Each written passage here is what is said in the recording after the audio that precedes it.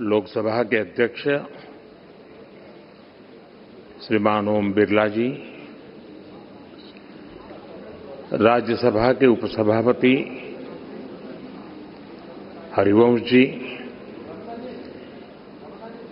Inter parliamentary union की अध्यक्ष Tulia action जी, Commonwealth parliament association के अध्यक्ष क्रिस्टोफर कलीला जी, कॉमनवेल्थ कंट्रीज से आए स्पीकर्स, प्रिसाइडिंग ऑफिसर्स, अन्य डेलीगेट्स, देवी और सज्जनों, friends, in a parliamentary democracy, your role is that of the speaker. Interestingly, the speaker does not get to speak much. Their job is listening to other speakers.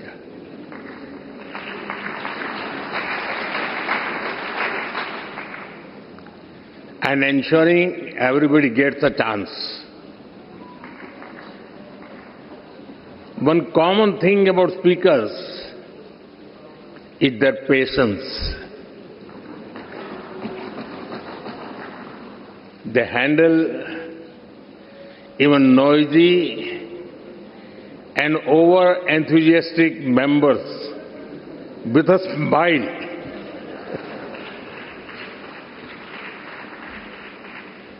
Friends, on this special occasion, I warmly welcome you. We are honored to have you with us today. Friends, जिस स्थान पर आप सभी बैठे हैं, वो भारत की democratic journey का बहुत ही महत्वपूर्ण स्थान है।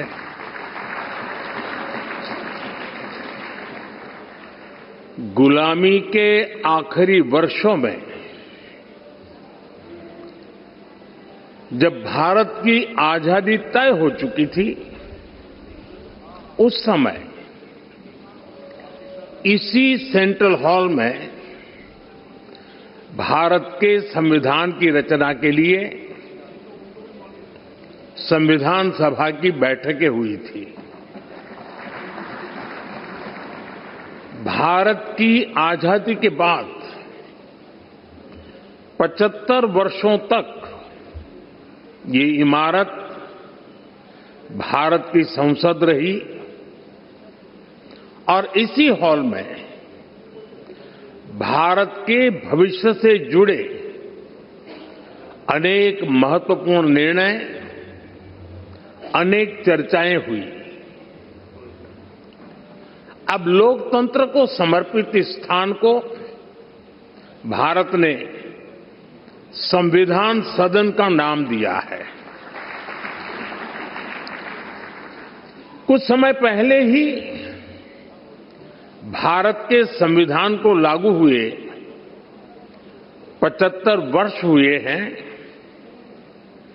मैं इस संविधान सदन में आप सभी अतिथियों का आना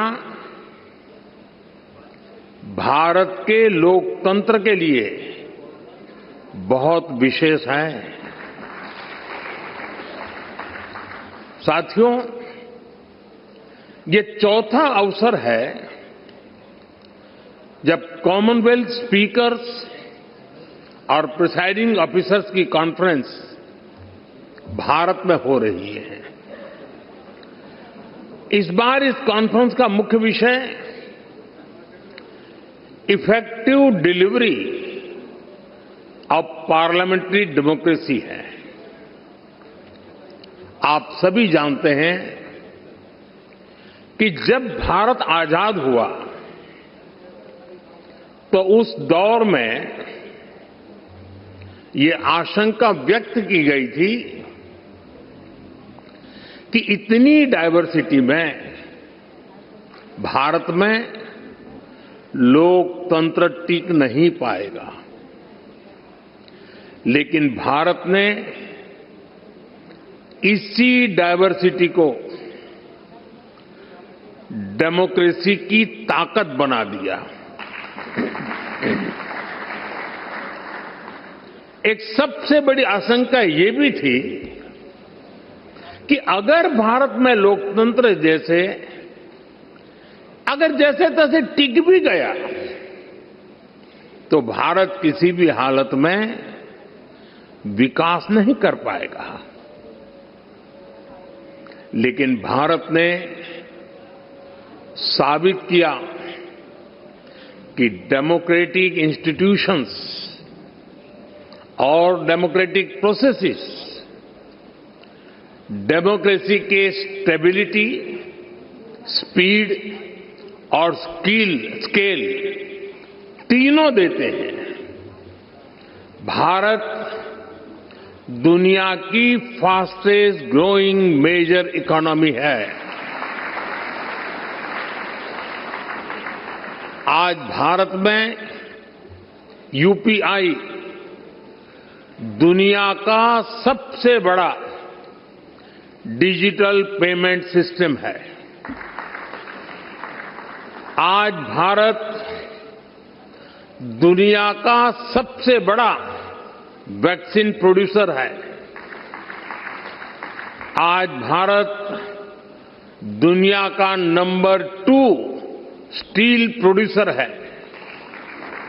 आज भारत में दुनिया का तीसरा सबसे बड़ा स्टार्टअप इकोसिस्टम है। आज भारत दुनिया का तीसरा सबसे बड़ा एविएशन मार्केट है। आज भारत में दुनिया का चौथा सबसे बड़ा रेल नेटवर्क है। आज भारत में दुनिया का तीसरा सबसे बड़ा मेट्रो रेल नेटवर्क है। आज भारत दुनिया का सबसे बड़ा मिल्क प्रोड्यूसर है। आज भारत दुनिया का दूसरा सबसे बड़ा राइस प्रोड्यूसर है। फ्रेंड्स, भारत में डेमोक्रेसी का अर्थ लास्ट माइल डिलीवरी है। हम एक लोक कल्याण की भावना से हर व्यक्ति के लिए बिना किसी भेदभाव के काम कर रहे हैं और इसी लोक कल्याण की भावना के कारण बीते कुछ वर्षों में भारत में 25 करोड़ लोग गरीबी से बाहर निकले हैं। In India democracy delivers. साथियों, भारत में डेमोक्रेसी इसलिए डिलीवर करती है क्योंकि हमारे देश में और भारत में देश की जनता ही हमारे लिए सर्वोपरि है। हमने उसकी एस्पिरेशंस को, जनता जनार्दन के सपनों को प्राथमिकता बनाया है। उसके रास्ते में कोई बाधा ना आए, इसके लिए प्रोसेस से लेकर टेक्नोलॉजी तक हर चीज को डेमोक्रेटाइज किया है और ये डेमोक्रेटिक स्पिरिट हमारी रगों में, हमारे मन में है, हमारे संस्कार में है। मैं आपको एक उदाहरण देता हूं। कुछ साल पहले पूरा विश्व कोरोना की आपदा से जूझ रहा था। भारत में भी संकट कम नहीं था, लेकिन उन चुनौतियों के बीच भी भारत ने 150 से ज्यादा देशों को दवाइयां और वैक्सीन पहुंचाई।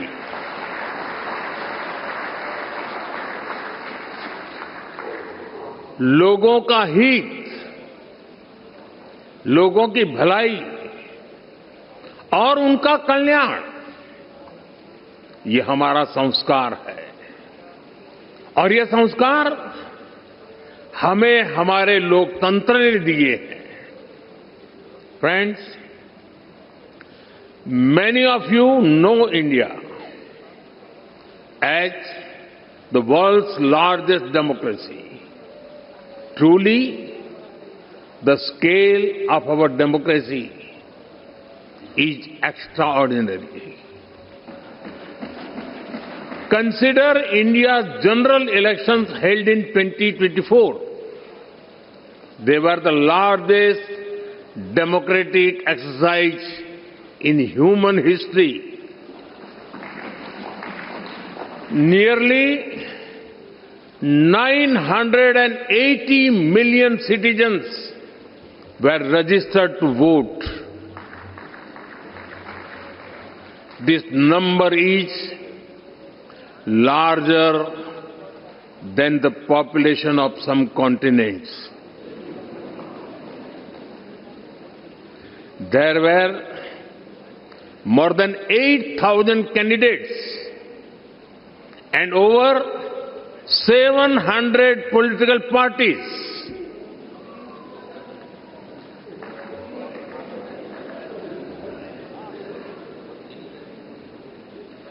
The elections also saw record participation by women voters. Today, Indian women are not only participating, but are also leading the way.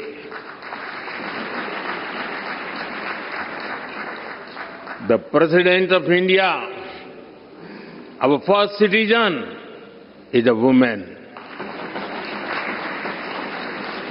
The Chief Minister of Delhi, the city which we are in right now, is a woman. In rural and local government bodies, India has about 1.5 million elected women representatives. They represent almost 50% of the leaders at the grassroots, which is globally unparalleled.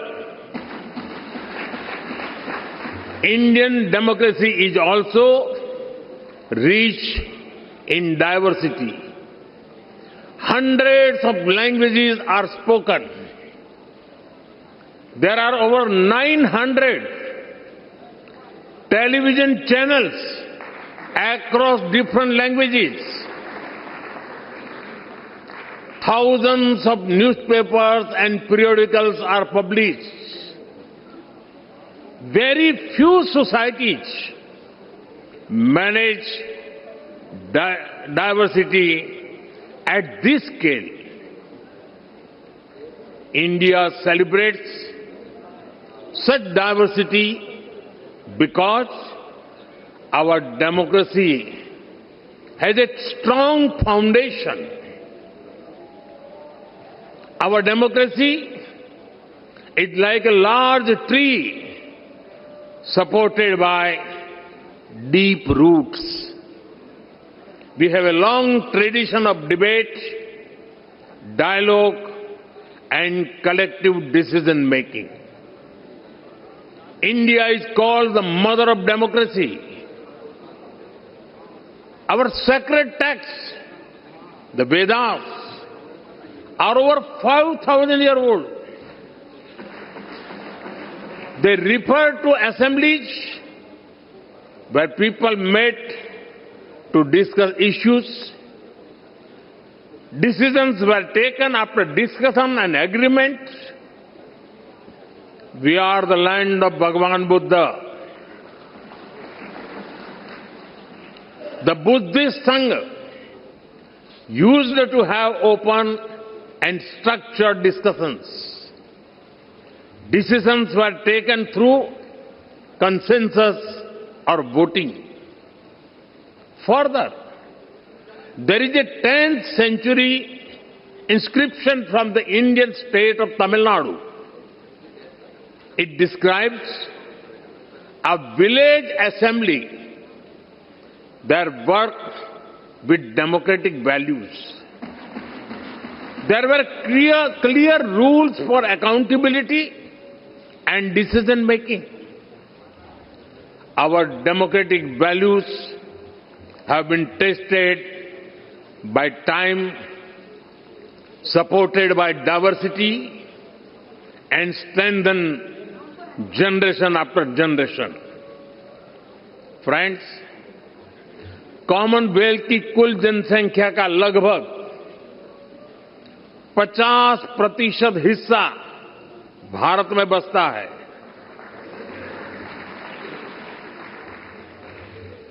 हमारा प्रयास रहा है कि भारत सभी देशों के विकास में ज्यादा से ज्यादा योगदान दे। कॉमनवेल्थ के सस्टेनेबल डेवलपमेंट गोल्स में health, climate change, economic growth और इनोवेशन के क्षेत्र में हम पूरी जिम्मेदारी के साथ अपने कमिटमेंट्स को पूरा कर रहे हैं। भारत आप सभी साथियों से सीखने का निरंतर प्रयास करता है